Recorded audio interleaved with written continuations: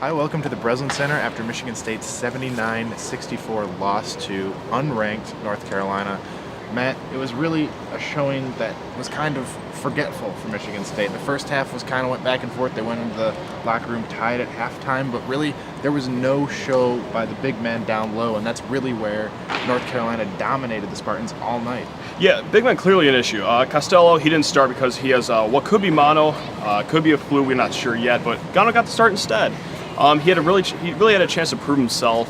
Tom Izzo said after the game, though, that he didn't really show on his face or in his emotions how excited he was for the game. It didn't really show in the first 90 seconds. He drew 2 fouls, had a turnover, and just really looked lost out there for the most part. But Costello did come in, played as well as he could, with his illness.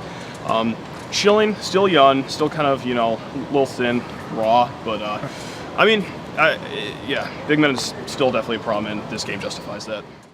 Just did some uncharacteristic things on our part, and we were cramping up, we were tired. I mean, Payne hasn't practiced very much. He's got a little plantar fasciitis, and that's been a problem. And so he couldn't go very long. And Costello's got a little, actually, I thought it was the flu, but it might be a slight case of mono, and wasn't even going to play him. And he probably played as hard as anybody on our team, and I give him probably the most credit. But you usually play how you practice, guys, and we played how we practice. Another thing that Michigan State really struggled with all night was motivation. Towards the end of it, they just seemed like they were gassed. Gary Harris is kind of playing with an ankle injury. Adrian Payne was cramping up, but still there was the lack of motivation. What do you think about that?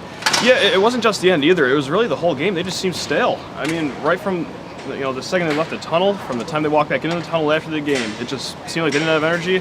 And Tom Izzo agreed with that. Travis Trice talked to him after the game. He agreed with that too. So, it wasn't just the fans in here that were seeing, the low motivation. It was the team themselves seeing that. Practice well, you don't play well. You don't play hard, you don't be successful. I mean, they didn't make any shots. I mean, they made shots outside, but 2 for 11 from the 3. It wasn't like they just overpowered us. And we said we weren't going to let them post. We're playing behind. And give them credit. They used their bulk and their muscle, but we didn't play very hard, guys. We didn't play very well. Michigan State now has 10 days until their next game against Oakland. That's at the Palace on December 14th. So what do you think they need to improve on in that time? Well, against a team like Oakland, they got North Florida right after. The skill's there. It's just having solid practices, it looks like. We're not there all the time, but from what we saw on the court just now, it's apparent that they do need some more work in their practice time.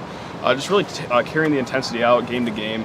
And I think this loss is a blessing. I know it's very cliche to say after an undefeated team, takes a loss, but really, I think this will humble them. I think it'll make them more hungry and make them realize that, they're just not going to get by on skill alone. They need to bring it every night. All right, well, from the Breslin Center, I'm Zach Smith. This is Matt Sheenian signing off.